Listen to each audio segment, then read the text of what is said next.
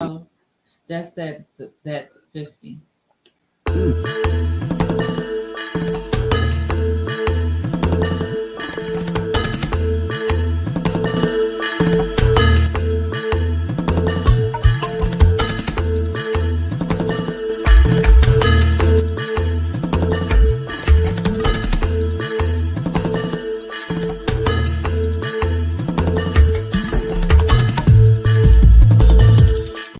Okay.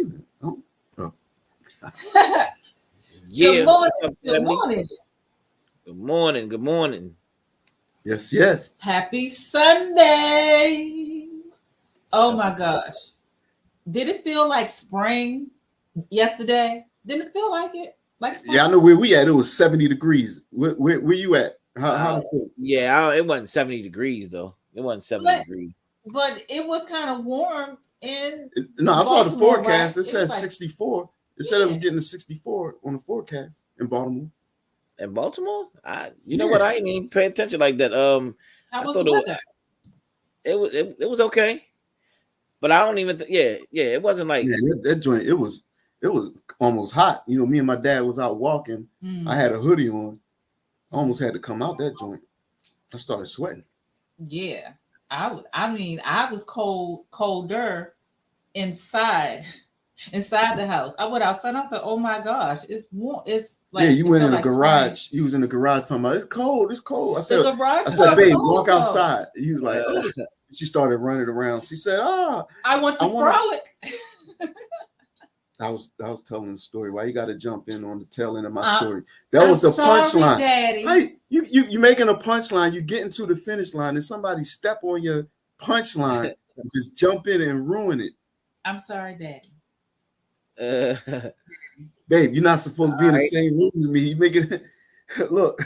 We're supposed to look All like right. we in different rooms. Sorry, Daddy. Yeah. Hold up, y'all getting away from the magic trick. Yeah. All right. Somebody say how the Africans feel. The spirit is strong, Strong, definitely strong. strong. Appreciate that. Where y'all? Anybody joining in? Where y'all joining in from? You know what I'm saying? We want to get one more. Yes. Yeah, we want to ask Monica. Woo! Peace, everybody. How y'all feeling? Peace. The spirit is strong, definitely strong. Somebody said Simbi's jokes be corny. I know. I said am the professional. I don't know. I comedy did poster. for some reason I can't see I can't see everybody's names all the time on this Look, thing. It says Facebook user. I can't see I can't see everybody's name either. Oh, you know, Facebook user now. So, all right. what's your name? Let's Kamal. Kamal from the gym. Kamal, Hopefully me and you always battling. You wanna do a joke battle? Stand up, Simbi versus Kamal. Ooh, But the contest is gonna be who the corniest. I know I can be cornier than you, Kamal. You are really corny too. I should have known it was him. Heckler. He's a heckler. He cannot help it. All right. Hey, Monica. So I said yesterday it was like, it was a very nice day. It was giving the hinting of spring. Do you agree? Yeah, that was some serious spring weather. So I've been hearing people say that it's hinting around the spring. The only thing with that, it did feel really nice, but you got to keep in mind in February into March, we can get 65, 70, and then we can get hit with a 40, 30-degree day. So we can get hit with some snow in April. And we can still get some snow. And I'm not saying that I want that to happen, but we just got to keep that in mind. But it's almost like a tease. It did feel like, that weather when we're transitioning into spring. That's how I felt. I was like, this is such a tease. I know. It felt so good. And I think it's going to be pretty nice today. Temperature wise, although it may rain. So it already rained here. I looked out the window. It was wet outside. Yeah. No, actually today it's saying 51 on my according to the weather I'm looking at. It was warmer yesterday and Friday. I am telling the people, come join us live for Temple Talk. Y'all got to get into the room. And aren't you also streaming live on YouTube too? Yeah, it should be on YouTube too. Oh, you live on Instagram already? Yeah, you can check the Jabari. Yeah, it say it is. It say it is. Okay, yeah, it's live. Okay, I see you getting your tech flow on, Mr. Jabari. Man, I'm trying to. It's hard though. I mean, yeah, I'm trying. What are you talking about? 40 degrees got crackers and shorts. Nah, not 40 degrees. Look, these folks be in shorts and 15 degrees. What are you talking about? I ain't even exaggerating. I work with some dudes that they wear shorts all year round. Now in the wintertime, they do wear the heavy coats, but for some reason, they wear shorts, even when it snows. I know. Not all of them, but it's a couple of them. And I asked them why, and I can't get a straight answer. That's how they like, hey, is what it is, whatever. I mean, maybe. Like, all right. I mean, maybe there's some things. I wear long johns. For me, I started wearing long johns 40 degree. No, yeah. About from 43 degrees on down, I'll start wearing long johns. Nah, 40 degrees, from 40 degrees lower, I'll wear long johns. But if it gets like 45 for a day, I'm gonna still wear long johns. But if it get like warmer than that consecutive days, then I won't wear them. But yeah. So y'all ready? Who want to open us up with a nice divine prayer?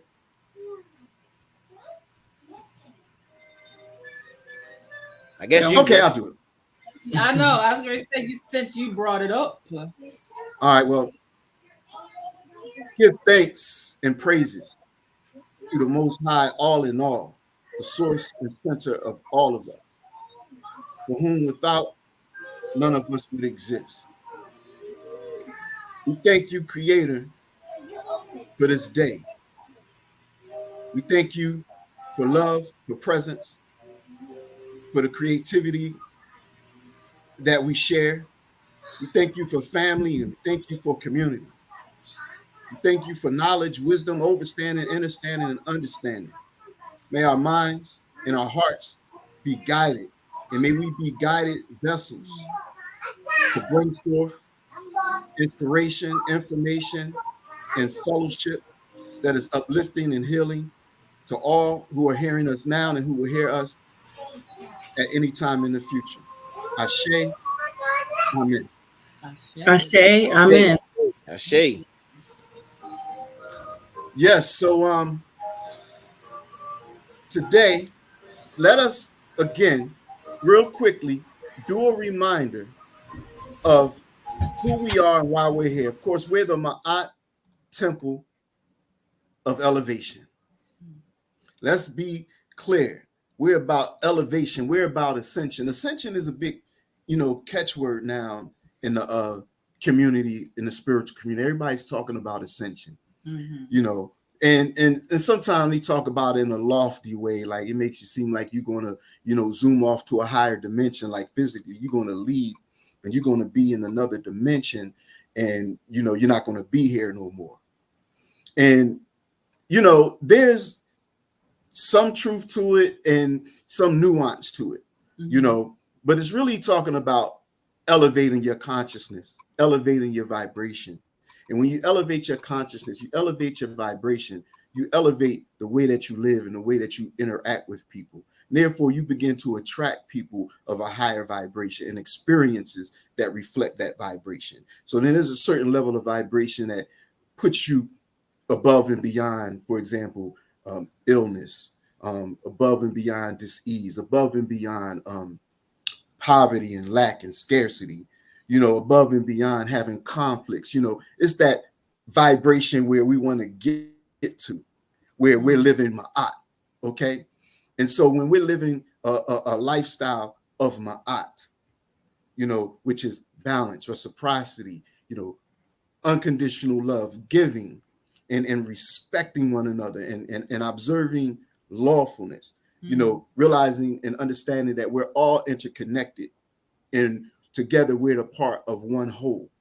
And when what we do to and for and unto others, we do to and for and unto ourselves. So Ma'at gives us the understanding of that interconnection. And so we won't violate. So that puts us in an elevated state. And that, my friends, is what ascension is all about.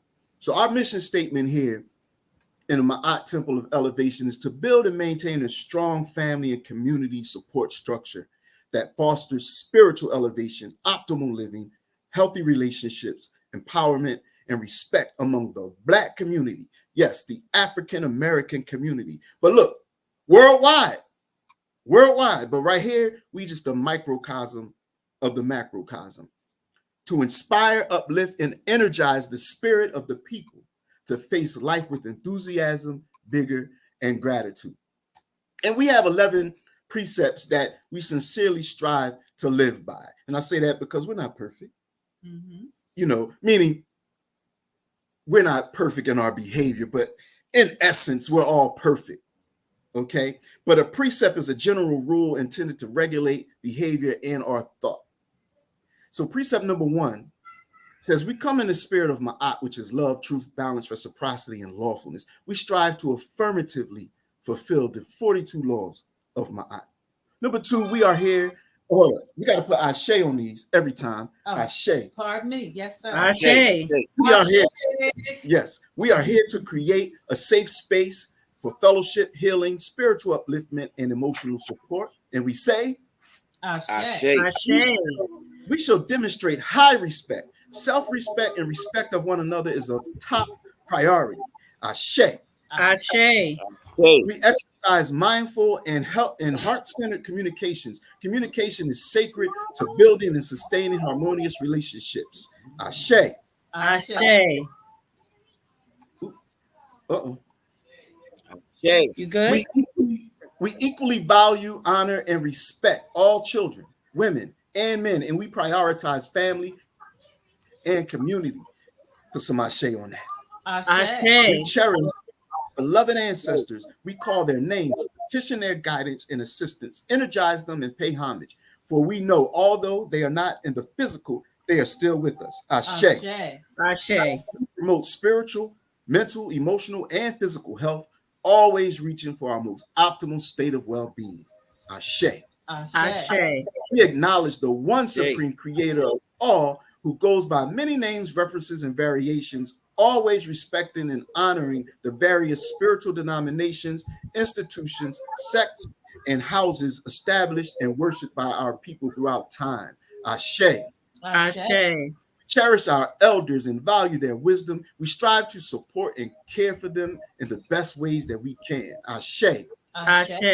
Celebrate and appreciate our existence. We celebrate and appreciate everyone in our families and community. We celebrate and appreciate friendship, brotherhood, sisterhood, childhood, familyhood, and communityhood.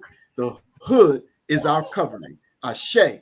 And number 11, we know that unity and cooperation is the reality of our existence. We know we need one another.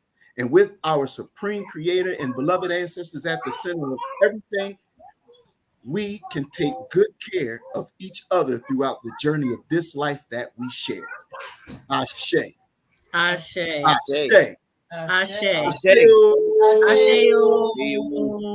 And before we continue, I did want us to, do libation. Of course, we know it's always important that we call on our ancestors, bring them forward. We want to acknowledge them. So before we move forward, I just want to make sure that we do that. To all is watching, I don't know if you're not familiar with libation. We pour libation by pouring water into the earth. A plant you can pour outside if you're outside, but we pour libation to honor our ancestors because we come through our ancestors. And as we do our healing work and we heal ourselves, we heal our ancestors. So it's important that they're involved in this process of everything we're doing as we try to elevate. So Here's my water. Here's my plant. We first pour libation and all praise and adoration to the Most High that we all may call by different names: God, Allah, Jesus, Yahweh, Netter, and we say Ashe. Ashe. We pour libation and all praise and adoration to those beloved ancestors in our bloodline, which we came through, who we are connected to through our DNA, who sacrificed for us, who paved the way for us, who are on the other side of this realm, pushing us forward and encouraging us. And we call them out by name at this time. Margot Devon, Ashe. Grandma Rosa, Ashe. Great Grandma Virginia, Ashe. All children, Ashe. Grandpa Howard, Ashe. Charles Reynolds, Onus Reynolds, Ashe. Daryl Reynolds, Eric Reynolds, All the Uncle black Jojo, lineage, Ashe. Melinda, Ashe. Melinda, John Ashe. Reynolds.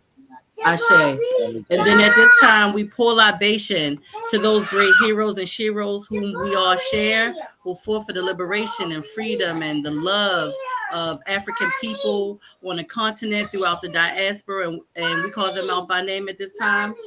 Patrice Lumumba, Ashe. Kwame Honorable Nkrumah, Elijah Muhammad, Fannie Lou Ida B. Wild Wells, Ashe, Dr. Barshango, Ashe. Dr. Africa, Amiri Baraka, Ashe.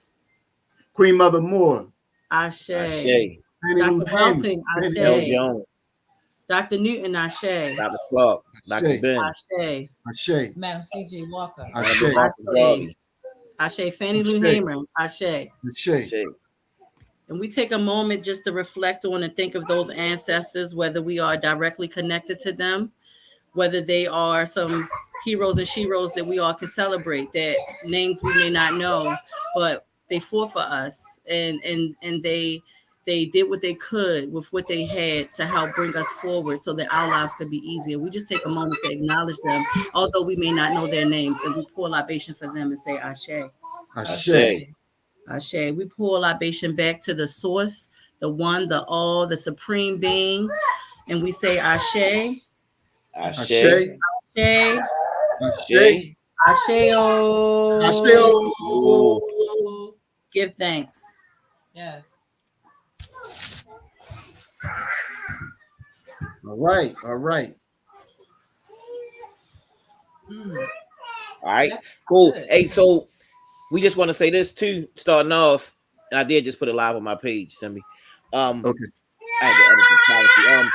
We want to say this, that we want to prepare because we meet every first Sunday of the month, and we want y'all to prepare, you know what I'm saying, everybody that's joining in to join us, you know what I'm saying, when we come together on those days, on those Sundays, we want y'all to come out and be with us, man. We want to come out and meet and greet, you know what I mean, and be able to celebrate you know, our culture, you know, and get together and have and raise the vibration in our community. So we want y'all to prepare to be able to come out with us, you know what I mean? Yes. So get your family and everybody ready, you know what I mean? Because we got a lot of stuff coming up, you know what I mean? And I know, you know what I mean, between what I'm doing with Reality Speaks, Sacred Opportunities, doing a lot of different things, you know, we doing a lot of different stuff. So we want y'all to just be able to come out and join us. But like when we come together with this here, you know, we trying to create something where people can come out. Like say, you may not be into the church, you may not be into the mosque, you may not be into going to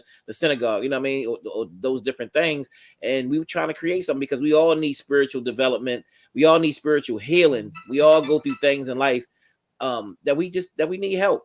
You know, we need help and we need to raise the vibration. You know what I mean? You know, so just prepare yourselves. We want to know, you know, people out there now who are going to come out and join us on that first Sunday that's coming up in March. What's the date on that?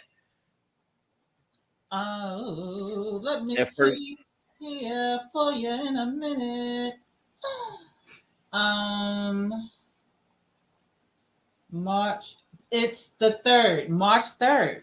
March 3rd. March the 3rd. So let us know who coming out to join us and who gonna be there. Yeah. And we have a DJ. We ain't doing it the regular smuggling way. So it's gonna be something different. It's gonna be something fun, and it's gonna be uplifting. You gotta at least try it once, right? Yeah. But okay, now we want y'all to understand, and I should say remember, because you already understand, but we want to send a reminder to you about the fact that we're not just getting together having church.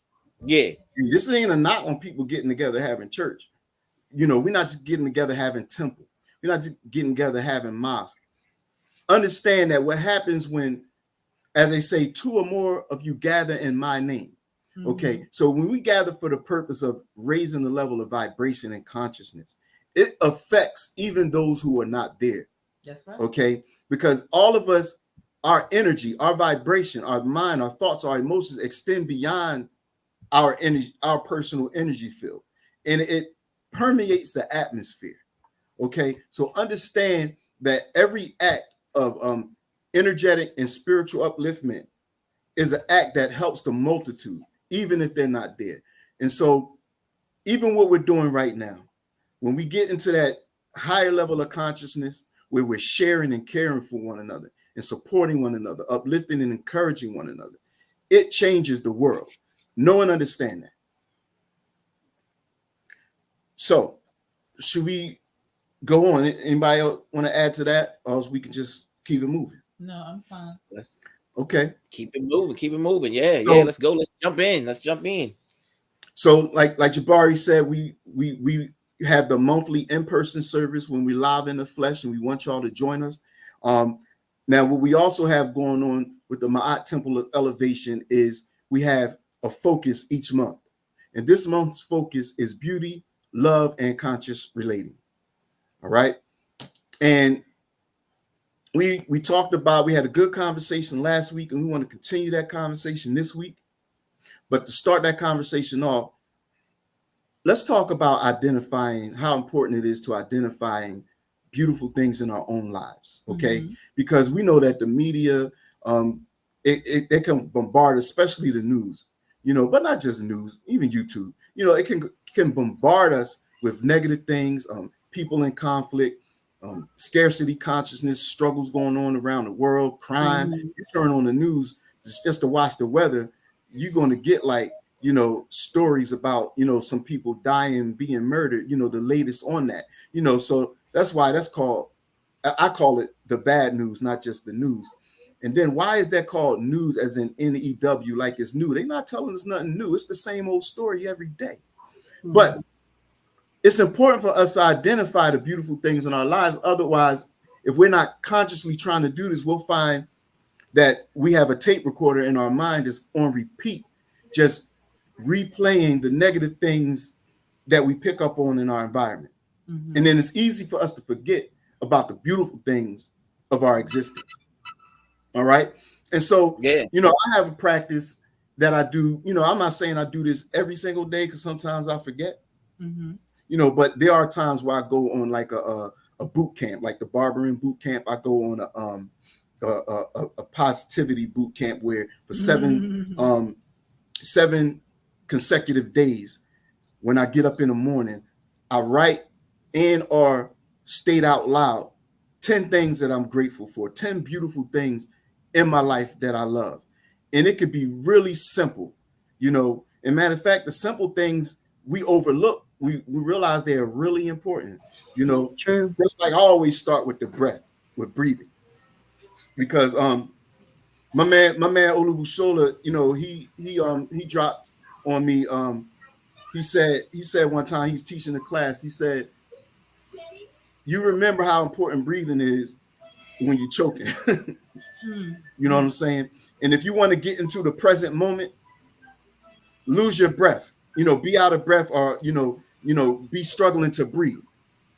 You're not going to think about anything else but the next breath. Okay? So that's how important breathing is. We can exist a certain amount of time without water. Maybe a few days, a certain amount of days. Some people go on dry fast with no water at all. You know, you can exist a certain amount of days without food. Some people go weeks without food. But how long can we go without breathing? Minutes. And then you go too many minutes, you can have brain damage without oxygen. So that's the priority of how important the breath is. Okay, so that's my thing. I want us to, you know, at least name one thing that is beautiful in our lives that we really appreciate? Who you want to go? Oh, okay, yeah. No, I was gonna say, I always be speaking up first, so I'm just trying to be quiet and let everybody else talk. So I I can mean, go ahead. no, go ahead, no, go. So when I went through a level 1 Kemetic Reiki class, and one thing we learned was that when we get up in the morning and say our prayers, you should have a specific gratitude prayer. And this made me think of that because when you wake up, instead of thinking about all the things you need to do or what's going wrong, and like you said, Simbi, the what they call the news, a lot of times you see so much of what's wrong, and then we become conditioned to looking at all of the things that's falling apart, and there's so many beautiful things happening right in front of our eyes that we may take for granted. As you said, breath is so important. We cannot go but a few minutes without it, yet we don't focus on it, or we don't give thanks for it sometimes, or acknowledge it, because it's just automated. But um what I see beauty in, and things that I'm grateful for, and all of that, just having an ability to talk and speak and think and be in my right state of mind, because some people don't have that. I think it's beautiful that, looking at the four of us, I see so much beauty in us having a desire to want to help people, help elevate. And not that that's our job to elevate them, they have to elevate themselves, but us bringing that awareness, that in itself is beautiful. And I give thanks for that. And having a house, waking up and having a house that protected me and my family, that's a beautiful thing. I'm grateful for that. We're comfortable. We have electricity. We have running water. You think that these things are, we get used to it every day. You go to the bathroom, can flush your toilet, wash your Yep. hands, go grab a bottle of water to drink, and come downstairs, grab a snack. But it's so many people who don't have that. It's so many people that don't know. They live in horrific conditions.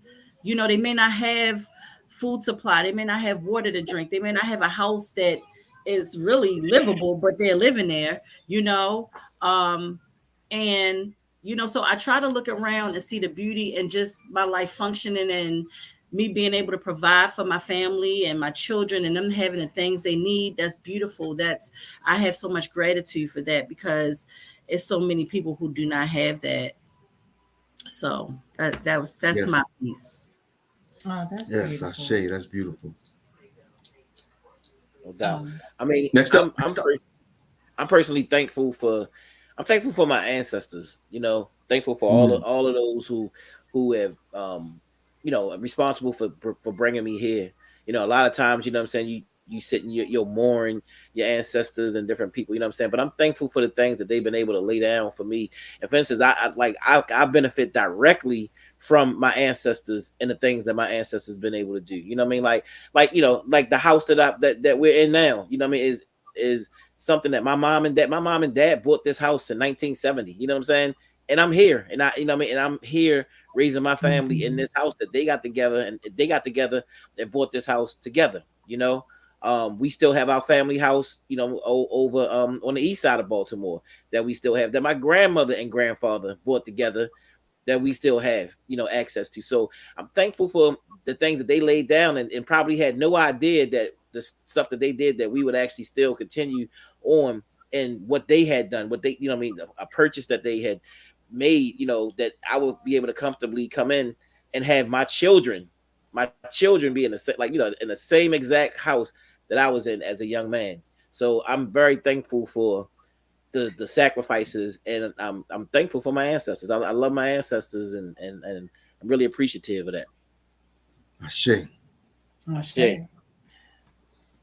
So me, I'm the joy factor mama. So I'm always looking at ways to not only have gratitude, because gratitude is just being thankful. Gratitude makes everything blossom, makes everything more powerful, makes everything more heart centered. Appreciation to me is what beauty is. Appreciating what you can experience and touch and see. I appreciate the opportunity to be here.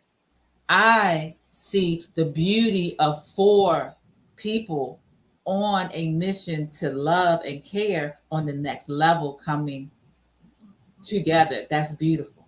I appreciate this experience.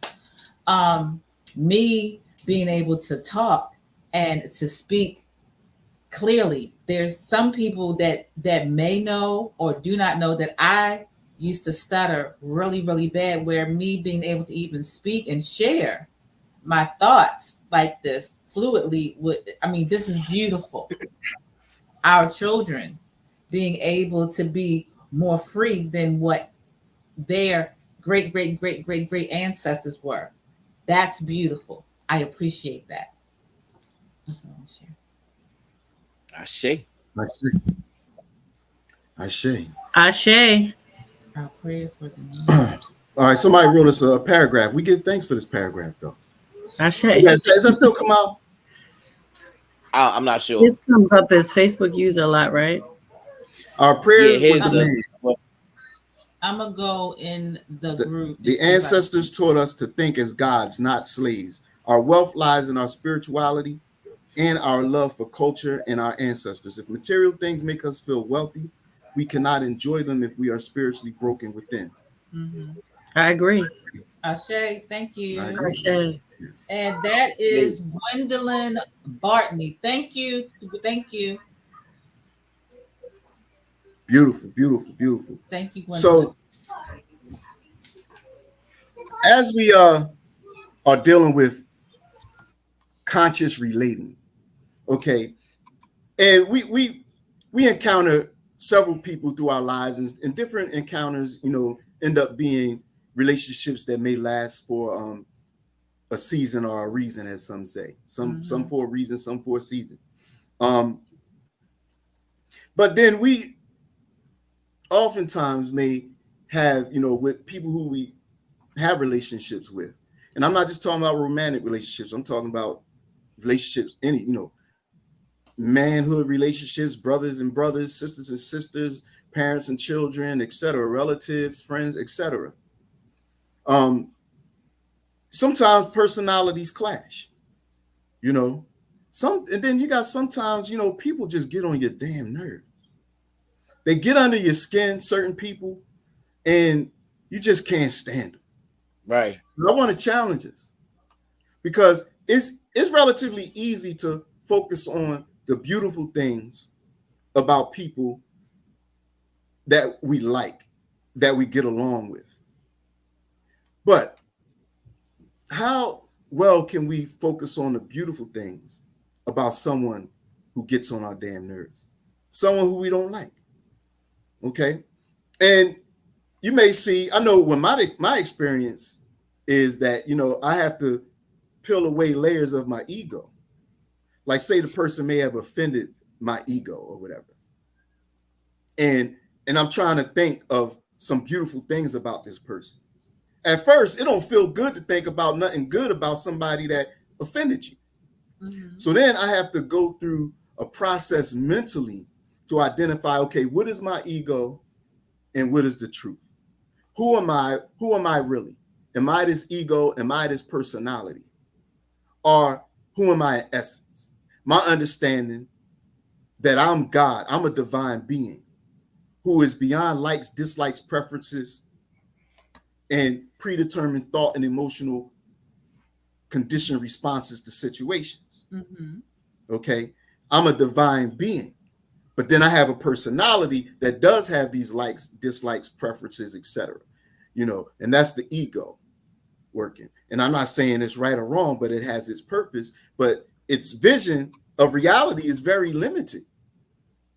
Okay, and then if I perceive someone out of my ego's judgment only, then I'm not going to be able to allow myself to think about the beautiful things about a person who just is bothering me or bothering my ego. Okay. So But that's an exercise in the growth and development of consciousness. If you can do that, meaning work through the mental stuff to get to that space in you where you can actually look at the good things about this person. Mm. So that's what I want to challenge everyone who hears this. You know, this next week, challenge yourself. Think about someone who, you know, hey, they may have posted something, they may have made some, you know, offensive comment to you or to someone else about you or whatever it is. Challenge yourself to think about some good things. What's good about this person? Mm. What's some beautiful things about this individual? And then observe how you feel afterwards. I love that. You see? Because if you can, that's called spiritual alchemy. That's called doing alchemy on yourself.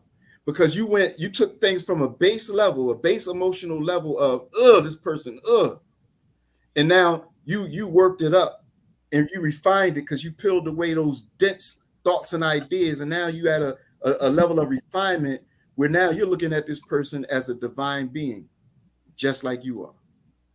Can I add to that? Yes. Yes, definitely. And there's going to be, and there might be some situations where you and this person, the situation may never see eye to eye, but you can appreciate the wonder and the majesty in that person experience, that place or thing at a distance. Sometimes you don't have to be upfront and intimate to appreciate and value.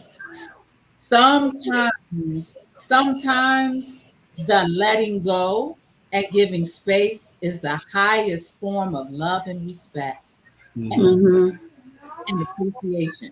Even if you don't agree, I agree that you are an entity unto yourself, and I give you the space in the room, the release to be that. That's right. Mm-hmm. Yeah. I can be myself But yeah. in mind. Everyone is God. Yeah. Everyone creates their own existence. And if you and I are on two different timelines, we're on two different timelines. And that's okay too. Yeah. That's true. Respect. That's right. Respect. Yeah. And I think Yeah. compassion, I just wanted to add real quick. I'm sorry, babe. I just going to say that I think compassion helps as well. Mm-hmm. Look that way at people, you know, like when you have a level of compassion, sometimes you can, you know, like you said, somebody can rub you the wrong way and you get angry. How could they say this, or how could they do this, or I don't like the way they did that. But taking a step back and having a little bit of compassion and understanding, like, you know, we all have our different ways of looking at things, and this person may have had certain experiences that have caused them to operate in this manner. That's the compassion. You know, I don't have to agree with it, but I have compassion for you as a human being, that you are dealing with things or showing up in my life based on what your experiences were, and I'm doing the same, and we have to have that understanding. It doesn't mean we have to agree. So That's right. Amen. But we lost that in our community. We lost that and are losing that. That's why our families structures are so weak now, because there's no forgiveness with the family. You know what I'm saying? And matter of fact, people don't even want to talk. They don't even want to sit down and talk. This whole thing, like, man, I cut you off. I don't deal with you no more. I don't, you know what I mean? And a lot of it is, stuff that you could just sit down and you could really have a great conversation about. Man, coming up, as a 70s baby and watching my great uncles, come up, watching my grandfather, watching my grandmother, and the way that they dealt with things. And now coming into this new age is kind of different. I watch how they did when people had funerals and what they did and how they all came together and how they talk compared to what's going on right now. This cut off, it's like a cut off culture. Like I cut you off. I don't got nothing else to say to you. You know what I'm saying? And at the end of the day, family is strength. Family is the whole thing that really keeps us together, because when you go through life, then bringing life, when you go through death, when you go through the many obstacles of life, it's the family that's going to be there to connect. You know what I'm saying? That's going to keep you grounded. in the midst of these things. And so we got to get back to the point where we teaching people that you can sit down in a room, you can talk. You know what I mean? You can, Yeah. I mean, you know, some of this stuff is not as serious as it. Now, some of the stuff is really serious. No, yeah, that I was going to say. Some of it is really serious. Some of it is, I mean, there's people who, you know, when you and let me, as I'm saying that, let me segue into the whole Monique thing that we, you know, that we talked about, because a lot of the stuff that we saying is stuff that, you know, I mean, people say the spiritual lessons in it, but there was so many different issues that she talked about inside of that interview that we all deal with. And so we talking about family, because I know one of the things, you know, she was saying that she don't really, you know, deal with her family like that. And I don't know if she didn't specify and say all of them, you know what I'm saying? She just said she don't deal with her family like that. And I think she even had, you know what I mean, with her mom and dad, you know what I mean, different things. And I think that she had been molested by a brother, you know what I mean, which in no case, you know what I'm saying, like, you know, that's one right there that's would be hard to forgive somebody with when somebody violates you and those different things. You know what I'm saying? That's one that's really, you know what I mean, or physically abuse you.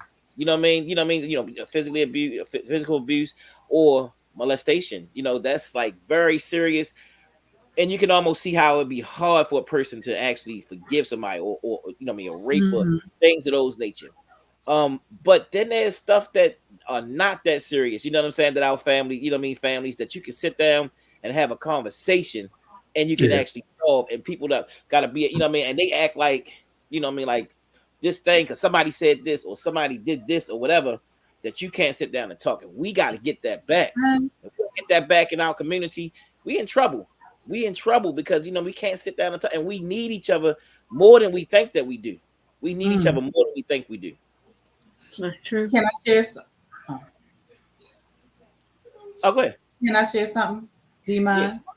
Yeah. So I think that yes, family is so important, and the village, we need the village. But until we cannot really do that until we deal with our wounds from not just our immediate family, but the idea and the fact that our kinfolk and kinfolk have sold us out.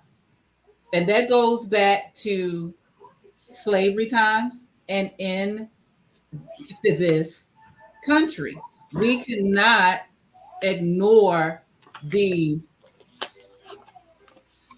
ancestral pain that comes from that trauma. People that look like us had a hand in that trauma. And we cannot overstep that and say, forget about it all. That's a deeper wound than someone that doesn't look like us. Yeah. And when we talk about family, that's of course very important.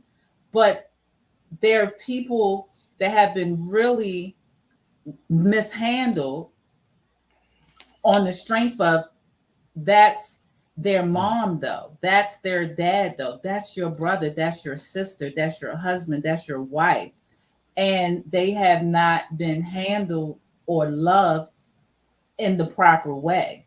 And a lot of the times, what I thought or saw, and I don't know, Monique, but what I saw was someone that, number one, when she said, because I'm thinking the Oprah show where her family was on there.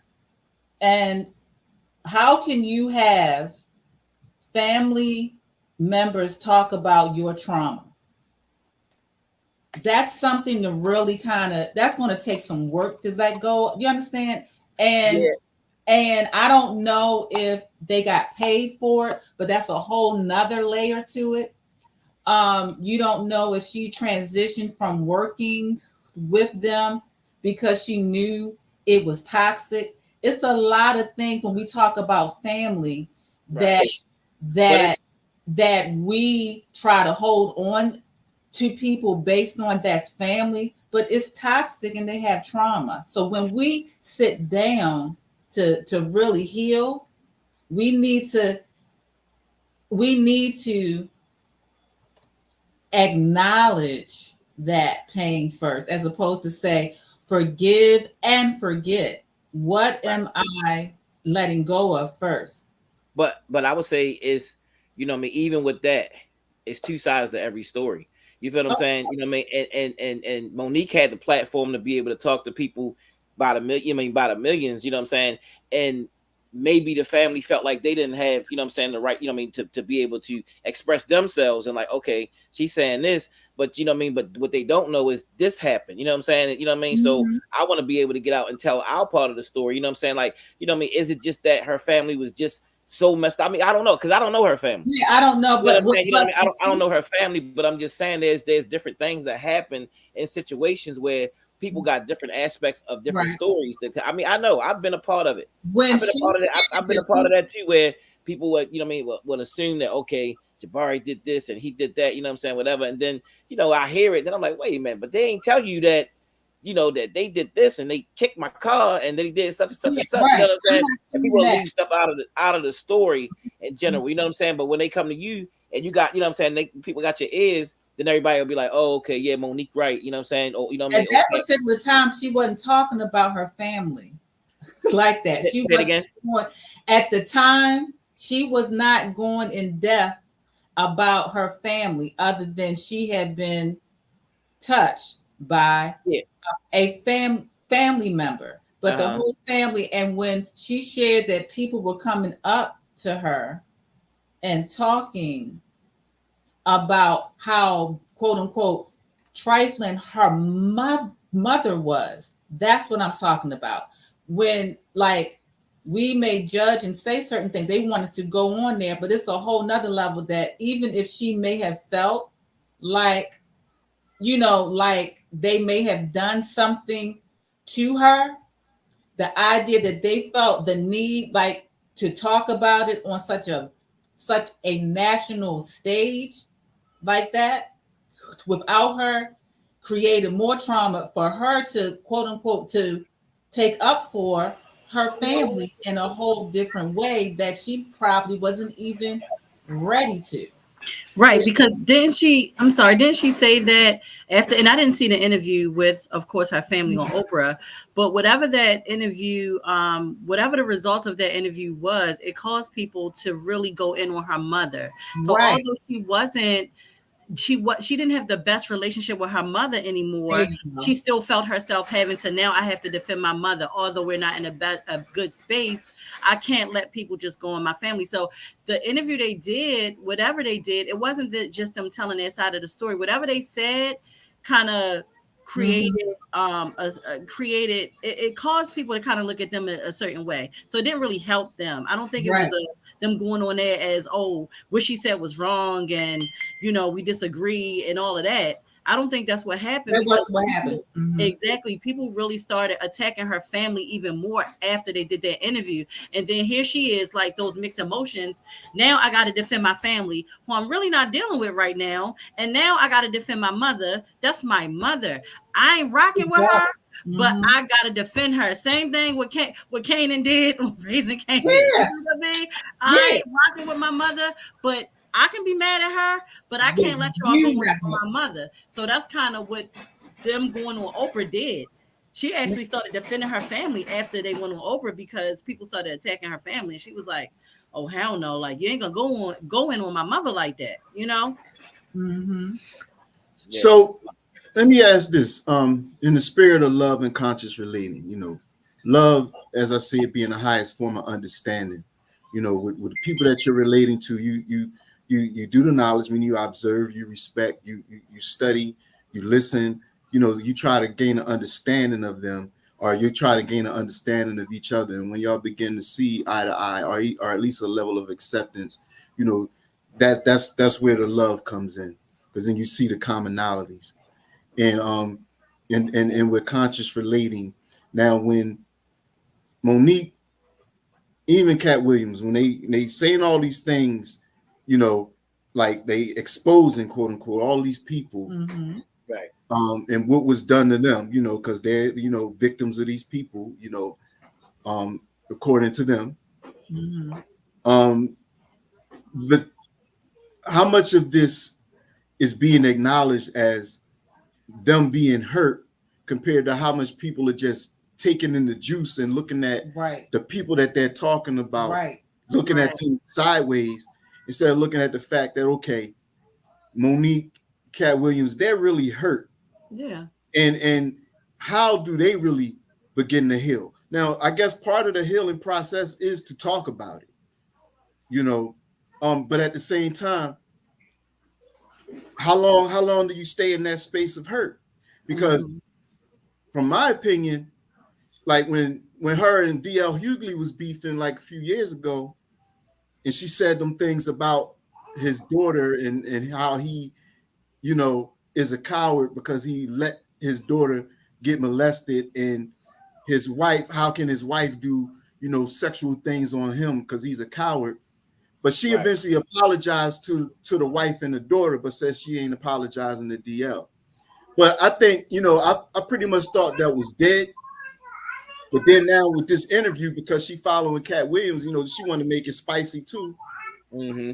I think she opened up the scab talking about DL Hughley, you know, and then that caused him to come back out and say, you know, some real hard things about her. Right.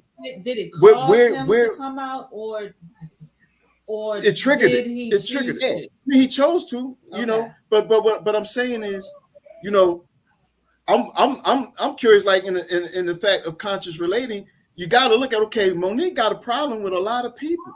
Yeah. And these people keep doing this stuff to her because we understand in reality, there's no victim, no villains. We the co-creator of our reality. Some people are saying she's difficult to work with. You know, some people are saying, you know, I know she said that Tyler Perry lied on her. But like me and you, Kendall, was talking the other day saying she is difficult to work with because she don't be taking no bullshit.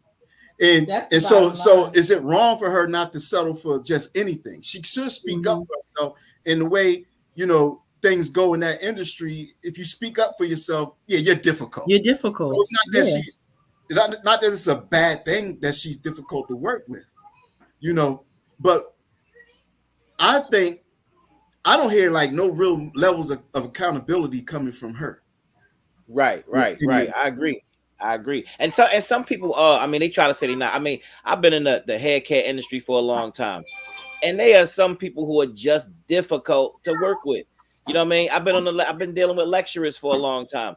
There's some lecturers who are just difficult to work with. There's some that's easy. You know what I mean? And you know, and just because a person is just outspoken, you know what I mean, don't mean that they're not difficult to work with. Because some people will be like, "No, I don't play the bull crap. I don't do this." You know what I mean? And then sometimes when you working with them people, it's like, man, you really are difficult to work with. I'm not saying that she is. You know what I'm saying? You know what I mean? But from her own story, you hear the same story over and over again. And I had to lean, and I had to let them know. And I had to do such and such and such. You know what I mean? Sometimes those people are difficult to work with. That's all I'm saying. But what does she have to be accountable for that she has not? I'm just curious. Give me one example. I'm saying the consistent experiences that she's having in the industries that she goes into. Like, I'm not saying she's incorrect in saying that certain people may be of low character, certain people may be foul. Right. You know what I'm saying? But this is a consistent part of her story. You know, everybody, you know, that goes through the industry may not have the same horror stories that she has about this, but they still are successful. Some people. Right. Well, see, this is what now again, I'm not saying that she's innocent or like she did not contribute to some of the things that may have happened.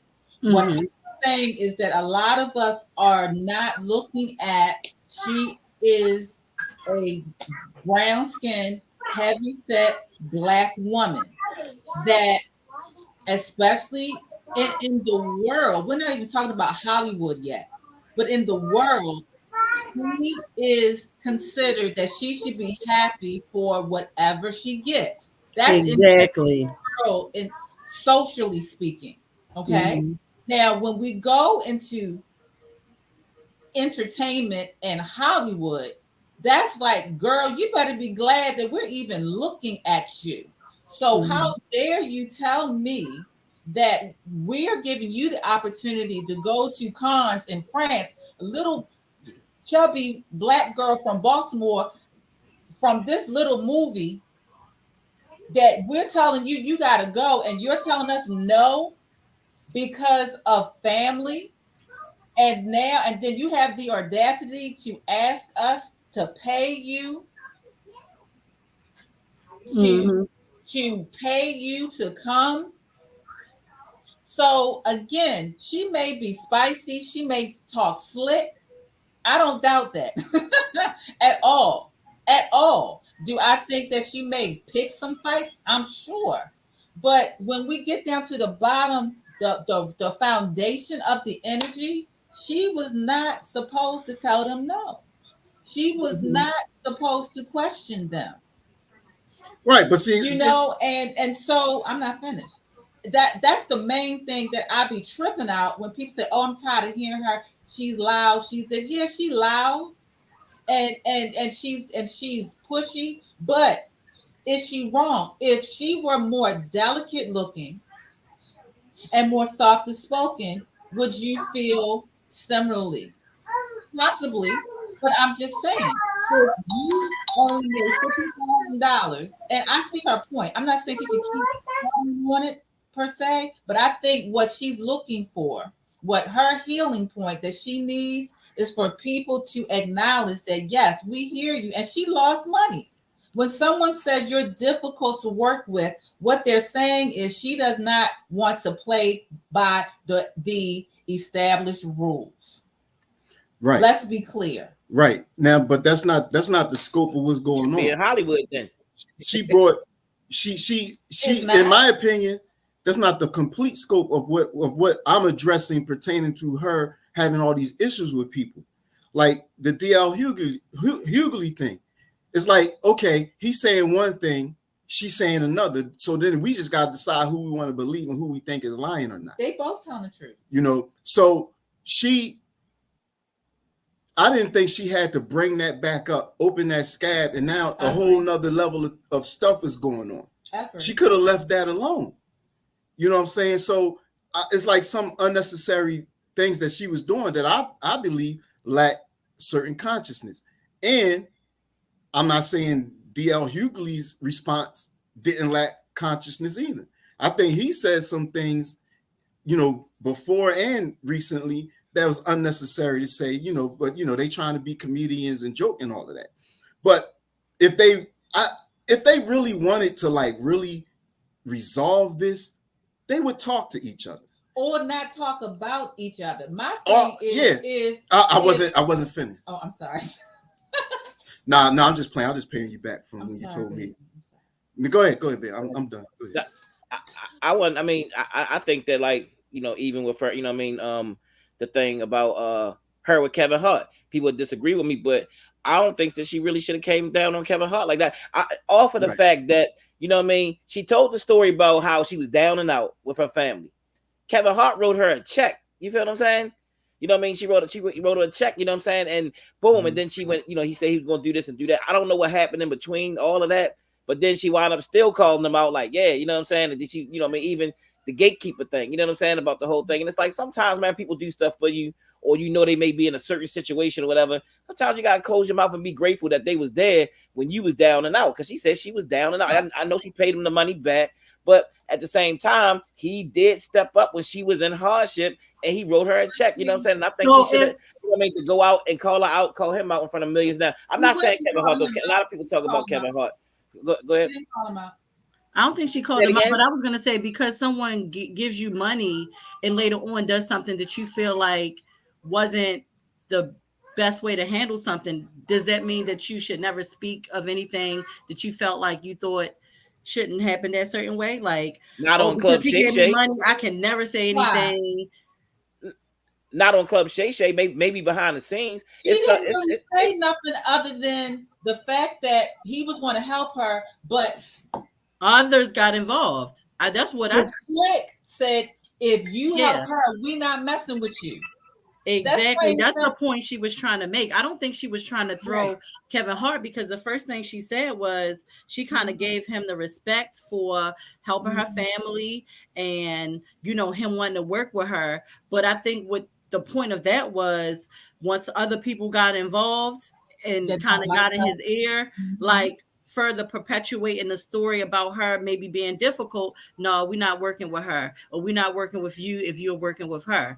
And I think that was the point. I don't think she was trying to say Kevin. I mean, we get it. We understand it's politics with all of this. I don't think she was trying to say Kevin's a horrible person. She was saying, yet again, some people got in someone's ear and caused me a opportunity in my career. That's what I think. I don't think she was trying to come down on him, because I thought she gave him props. The fact that she even, you know, I thought it was balanced. It was like, look, I'm giving, you know, honor to him for what he did for my family. But then this happened, you know. Yeah, I don't think she talked bad about it. I didn't say that. I mean, I would have felt. I mean, I'm sure I would have felt a certain way. You know what I'm saying? With her even mentioning the other stuff. You know what I'm saying? You know what I mean? I would have felt certain, because it's like, yo, you know what I mean? Like, you was in a bad certain situation. You know what I mean? Rather it was money or whatever, he gave her a place to stay or whatever. You know what I'm saying? Like the other stuff, you know what I mean? You just could have kept it to yourself. You know what I mean? Like, but she used that platform as a place to call everybody out. I mean, she had millions of people looking at that. You know what I'm saying? It did not make Kevin Hart look good. It didn't make Kevin Hart look good. To me, it did. To me, it actually did make him. It made him look better to me than I've seen, because I mean, I heard Cat Williams make him look horrible. Yeah, you see what I mean? I didn't hear all this conversation about him calling him out and how it made him look. I didn't think it was balanced with what Cat Williams said. I didn't think he shed any light, so to speak, on Kevin Hart. I feel like from that, I was left with almost a bad taste in my mouth about Kevin Hart, just by what I heard from Cat Williams. When I heard her speak about him, I said, oh, wow, like, that's dope. He really helped her. That's how I took it. Now, other people might feel differently. It could have tainted some people's image even more of Kevin Hart. But I'm saying, for me, it didn't make him look worse. It made me look at him like, wow, he's a good person. But he's still got to play by some rules, because he's black in this industry. So he still got to play by certain rules. It didn't make me think he deliberately tried to dismiss Monique. It made me say, damn, they got in his ear, and he still got to look out for his own self. So he's still playing by the rules of this industry that he's not in control of. That's how I looked at it. But why would he just not communicate with her after that? At least tell her what's up. Don't just ghost her like that. Who knows? But you know, but was it something that, what I'm saying is, we don't know. Was it something that she did? Was it something she did that he just didn't like? He was like, you know what? You know how somebody do something, you know what? I don't want nothing else to do with this no more. You know what I mean? Because I told her I was going to do this. Then she called a guy up and saying this and saying that. You know what I mean? I told her to be quiet about it or whatever. I'm not saying that what happened. That's what happened. But, and I'm not even a big Kevin Hart fan. I mean, Kevin Hart is cool. I'm just talking about, you know what I mean? Just, you know what I mean? The whole gossiping thing, you know what I'm saying? The different things. Sometimes it's time to keep your mouth shut. That's all I'm saying. You know what I mean? About certain things. But how many people that had quote unquote a bad attitude or are difficult to work with do people still make deals with? 50 Cent is the biggest troll, trash talking, putting your business out there, don't care. Yeah, I agree. But people still work with him, invest with him, and do business with him. But because Monique is this quote unquote brown, fat, loud black woman, you need to shut up. We're tired of hearing about your story. I agree. But they're not. I agree with you saying. Get over it by still maintaining that they don't like her. It's clicks. Why are we ignoring the fact that people have clicks and it's favoritism? And especially when you don't fit a phenotype, it's extra hard, especially in your own race. Exactly. Well, look, for the sake of time, because we ran out of time.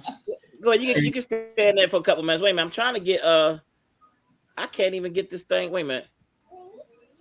Darn, I wish. Well, look, why are you trying to? Why you doing that? Can I just say something? I was about to say something. Oh, I apologize. For the sake of love and conscious relating, I want to state for the record that I love Monique and what's her husband's name? Stedman. Sydney. I mean, That's Sydney. Sydney. Sydney. I love them, and I appreciated, you know, when they responded to DL Hughley, and they thanked the Breakfast Club for apologizing to them, and I know, and I can see their heart, Monique and Sydney, and I know they got good hearts, and I appreciate them standing up. I appreciate the stance that Monique's taking, standing up, you know. So I'm not saying that she is a bad person and that she's wrong. We talking about being conscious in your relationships and how you contribute to, you know, your relationships going afoul. Now, I don't know. Her and Kevin Hart could heal with that relationship by her coming out on this again, and maybe that'll cause them to communicate. I don't know. Maybe Dale Hughley and her can eventually heal. Notice I'm not really bringing up Tyler Perry and Oprah, because I think they did wrong, and I think they being cowards by not even responding to her and not even want to meet up with her, you know, and doing that old bougie thing of, I'm just going to pretend she don't exist. I'm just going to ignore her because I'm just too good, or I'm up here and she's down here. I think that's weak, and I think they being cowards like that. But I'm specifically talking about, you know, I think it was unnecessary what she did with DL and Kevin Hart. Yeah, I think that was bringing that back up. I don't know why she brought that up for context, perhaps, but I don't know what type of context she was trying to establish. I will say. Hold on. Can I say this real quick? We stay on for a few more minutes. I got Brother Kamal. I brought Brother Kamal in because he wanted me to. He said tag him in, so I'm letting him come in. Brother Kamal, how you feeling?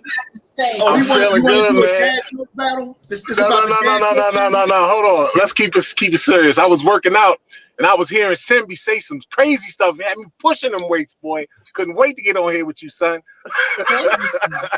No, I'm playing. I want to thank the family, the mamas. Yeah, he did, man. The mamas and the babas. I appreciate you. Give thanks for you. And I just wanted to say a couple things. Our community created a battle star and a freedom fighter out of Monique. How? Because she was abused and neglected by the people she trusted the most. So now she has taken on a shield and she will not stand for any bull crap. So yes, she is difficult, but she is my aunt in the way that she is, because it balances the injustice that she faces as a child. So to say that she's difficult, damn right, because she was abused by that which she trusted the most. And she is within her right to look out and defend what is wrong in this world, period. You know what I'm saying? So yeah, she's difficult, but so what? She deserves the right, and we need difficult people. They said the same about Mountain. They say the same about Martin. I'm not saying she's that. Personally, I'm still mad at Monique because she joked me back in 1995 at a comedy club in Baltimore, but we're going to leave that alone. No. Hey, Jabari, I had my girl, you remember Hallie? Remember Hallie from Everyone's Place? Yeah. That was my girl. She wanted to go to the comedy club. We went downtown, and Monique just dug in me, but that's okay. No, I'm just playing. but yeah, so Simbi, you know. Put out there. Yeah. Oh, man, I used to love Hallie, but anyway.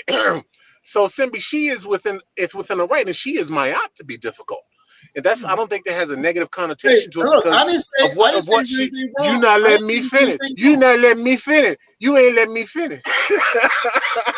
So that's the one aspect of it. I mean, I get this conversation is about, you know, sometimes people are being devil's advocates and all, but I think when I heard the full story, because I used to think Monique was just quote unquote stereotypical black woman, but after I had time to really meditate on it, she is a battle star and a freedom fighter that we honor in the lingo that we speak. So I think we need to big up her for what she stands for. Yeah, she could go along to get along, but that's not what she's called for. Did you hear what I said? I said, you know, she said people said she's difficult. And I said she probably is difficult because she don't just settle for anything. So that's not a bad thing. I probably pushed the weight too hard. I ain't hear that. Let me say this. Let me say this though. I'm gonna say this. I'm gonna say this. One thing about Monique though, that I'm gonna say, because I know it seemed like I was on the opposite side a lot of times, but the most powerful part of that show was her talking about her black man. Now, you know what I'm saying? That was the most powerful Yeah. part. Now, she bigged up her man Yeah. the That's how I'm whole gonna time. say. And then she did Yeah. talk about people like Tiffany Haddish and people who like was saying, you know, people saying like, why you always gotta have your man, and people who ain't got no man. You know what I mean? And she Mhm. talked about how she loved her man and how everybody should be able to experience a man like that. She also talked about how she was out of line when they first got together. She was out of line, and she was speaking of she had money, and she, you know what I mean, and he had to like Violating kind that of like too. put her in a place like, look, if you want a real relationship, I'm that man for you. You know what I mean? And she had to calm herself down and get herself in place. You know what I'm saying? So that was a very powerful part, you know what I'm saying, of male That's female relationships that I would actually say that was very strong with Monique. And that's the part that I really like and I really appreciated about the whole thing. no. Let me speak to Yeah. that. Let me speak to Can, that real quick Mama, because do you mind if I go? Because I just want to go because I'm driving and I'm going to let you guys have it. There's two other things I wanted to say. One I is didn't how have she to got say her yes or fame. no. But She okay, got her fame I didn't even have a from chance to playing. say yes or no. How respectful. Oh, I'm sorry. I'm sorry. But she got her fame from playing a part of what she hate the most. Like she played an abuser and she was the abused. So I think there's some irony in that.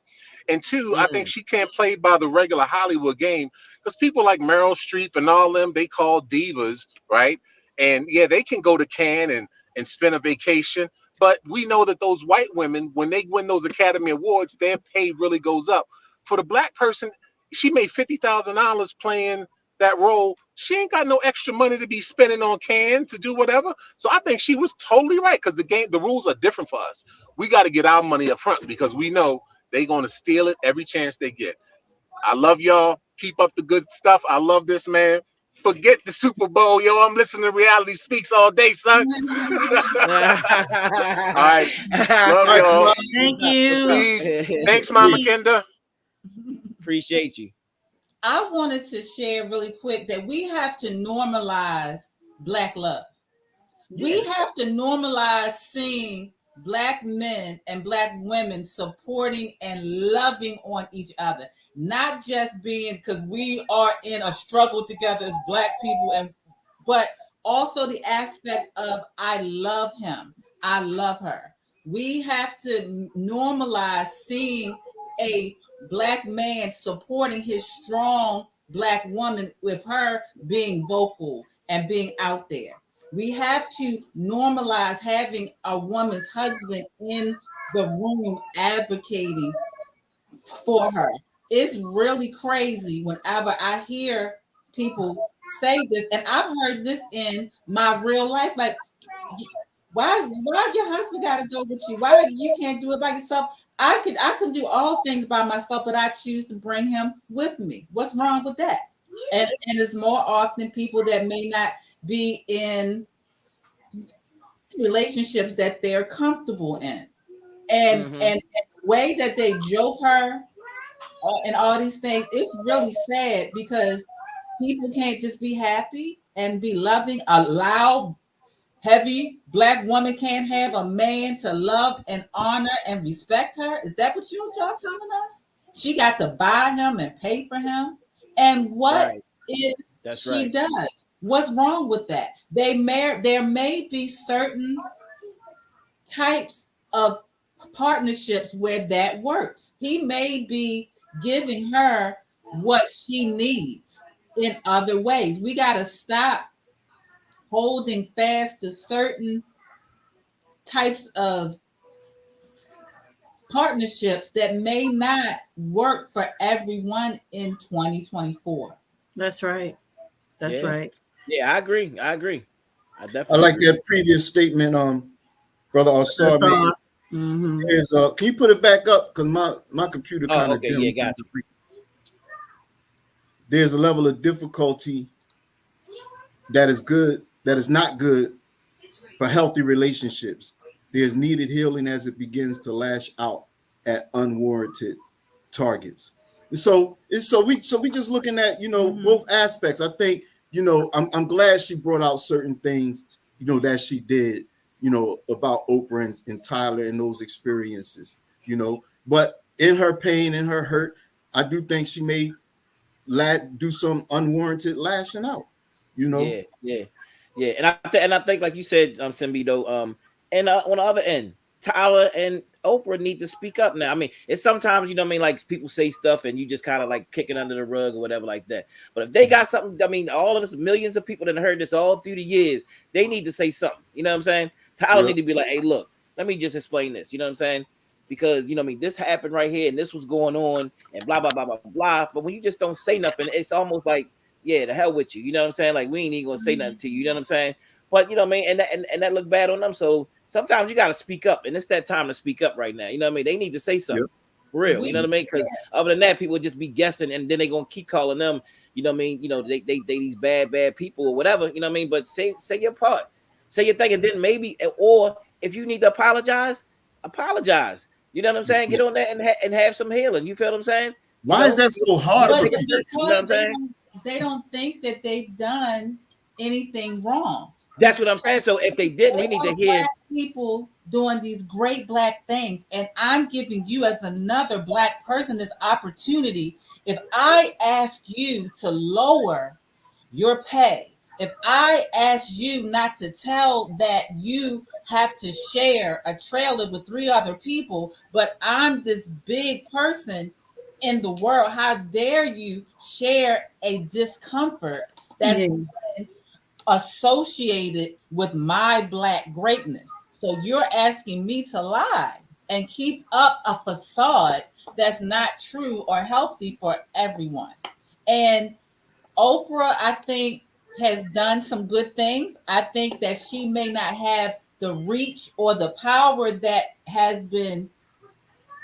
we have been led to think that she has. And I think that part of it has been because people that have come into work have kept quiet and not shared and been paid less, mistreated. Tyler Perry, the same thing, because we don't want to look like we're tearing our own down, but our own may not be treating us fairly. So when is that going to stop? Well, the other thing is too. Now, I do want to see, you know what I mean, instead of like, there's a lot of Black people calling Black people out. And I know, you know what I'm saying, it's direct. But then there's a whole lot of people, you know what I'm saying, that's behind the scenes, you know what I'm saying, that's really running these companies, that's really doing a lot of this stuff. You know what I'm saying? I want to start seeing some of these Black folks calling out some of these white folks, you know what I'm saying, that's in a position of power. Don't just get the person that they putting out front too. You know what I'm saying? Because, you know what I mean, whether it's Oprah, whoever it may be, what about these other folks that he's sitting there? You know what I mean? Like, you know, I know you gave it up for who was it, Barbara Walter? You said, you know, even her, she said I couldn't do that to you and your family. You know what I'm saying? And different things. But there's a lot of these people who are the puppeteers. You know what I'm saying? You know what I'm saying? You know, of what's going on today. And I would like to see more people, you know what I mean, speak truth to power on that sense of the matter. You know what I'm saying? Opposed to just Black on Black all the time. See, all this stuff. This hurt always comes back to Black on Black, whether it's in the community, you know what I mean, us shooting each other, whatever, you know what I'm saying? But there's the people that's controlling, you know what I'm saying, you know, at the top that we need to start looking at also. Yeah. My brother, actually, I have a higher standard for my family than somebody that I know don't care about me. How can you harm me and know what we have to go through with them? So it's like both and, I think. Yeah, but you just don't hear the both part. You know what I'm saying? You just hear the one part. You know what I'm saying? So. I do. Yeah, but I agree with Jabari, because when they talking about white folks, they said just say they. It's like real general, but they getting real specific on what Black folks is violating. So now let's start getting real specific. Like Dame Dash, he was the only one calling out Leo Cole. Yeah. And everybody else, you know, like I ain't saying nothing bad about Leor. Yeah. And so Dame Dash looking crazy because he the only one talking about Leor. They, you know, making it like he making this stuff up. Yeah. You know, you got to be real. If you're going to be specific with Black people, be specific with them white people that do that same stuff or that is really the gatekeepers. Because Dame was like, yo, you know what I mean? We let this man come in between our relationship. You feel what I'm saying? When he talking about Jay-Z, you know what I'm saying? Other than that, people talking about how cruddy Dame is, you know what I mean? Or how cruddy Jay-Z is, you know what I'm saying? And there's people there, you know what I mean? Even when you go back to the Jacksons and stuff like that, you know what I'm saying? Like the Jacksons was a strong group, and then the white man is right there, like Michael. They want to see you, Mike.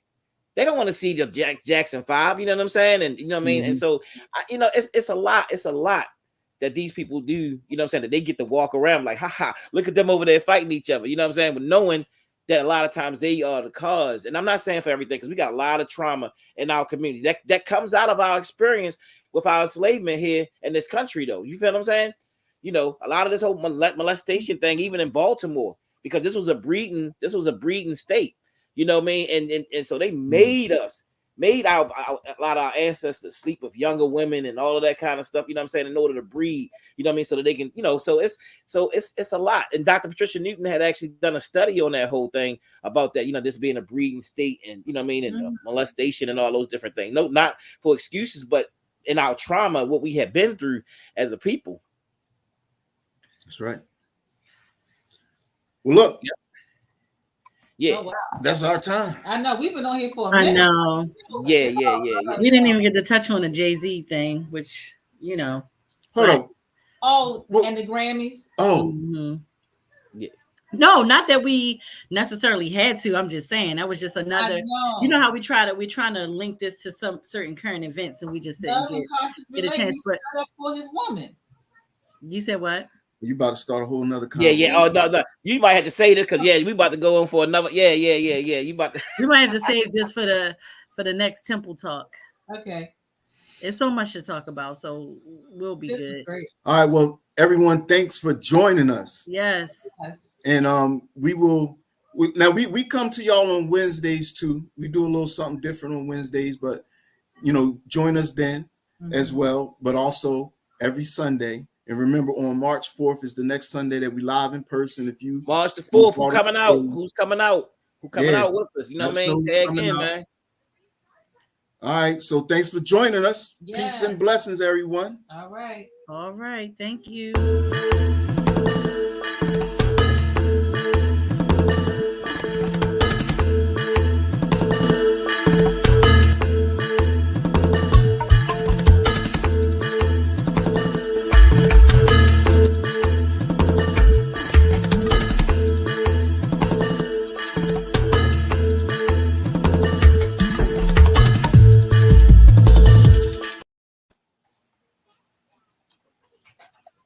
Kendra rolled out.